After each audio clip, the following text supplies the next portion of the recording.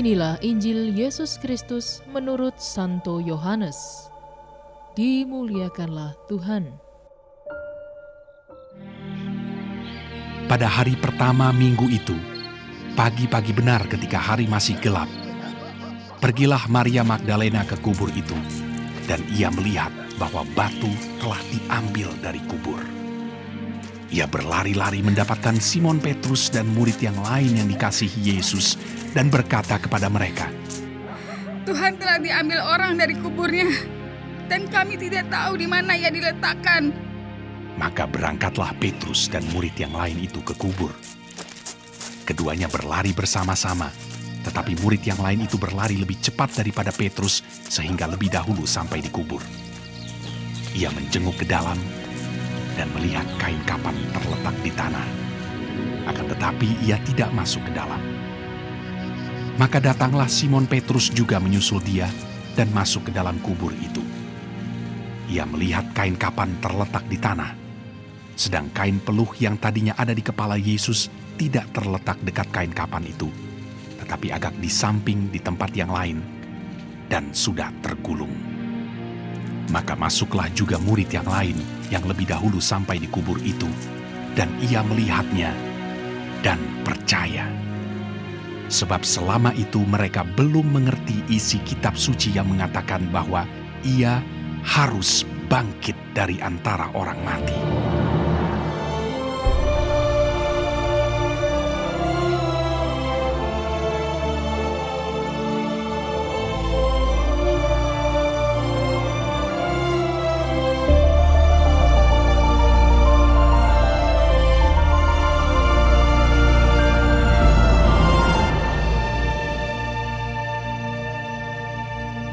Demikianlah Injil Tuhan.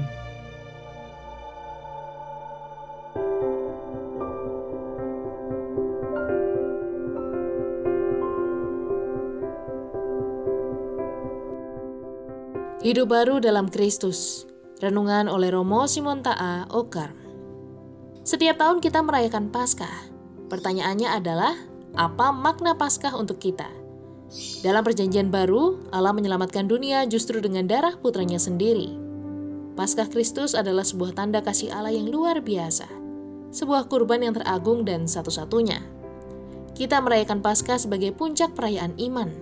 Kristus bangkit dari kubur, ia menang atas maut dan dunia diselamatkan. Peristiwa kebangkitan tidak bisa direnungkan secara terpisah dari hidup, karya, dan penderitaan Kristus.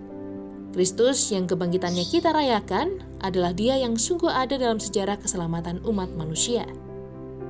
Penderitaan yang dialaminya adalah tanda kasih Allah yang solider dengan penderitaan dunia, supaya kebangkitannya yang mulia turut mengangkat dunia kepada kemuliaannya. Lalu apa yang harus kita perbuat untuk menanggapi kasih Allah ini?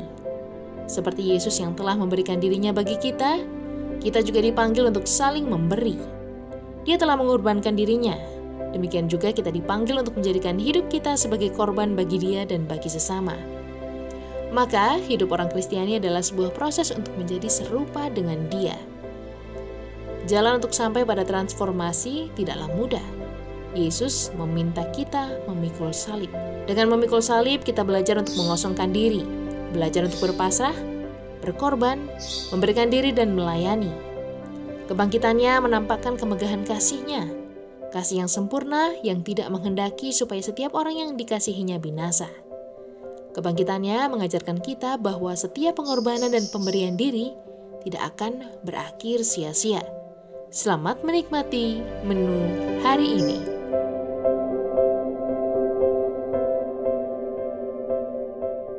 Renungan juga bisa Anda baca selengkapnya di Cafe Rohani edisi bulan ini. Dengarkan juga renungan ini di radio.karmelindomedia.com.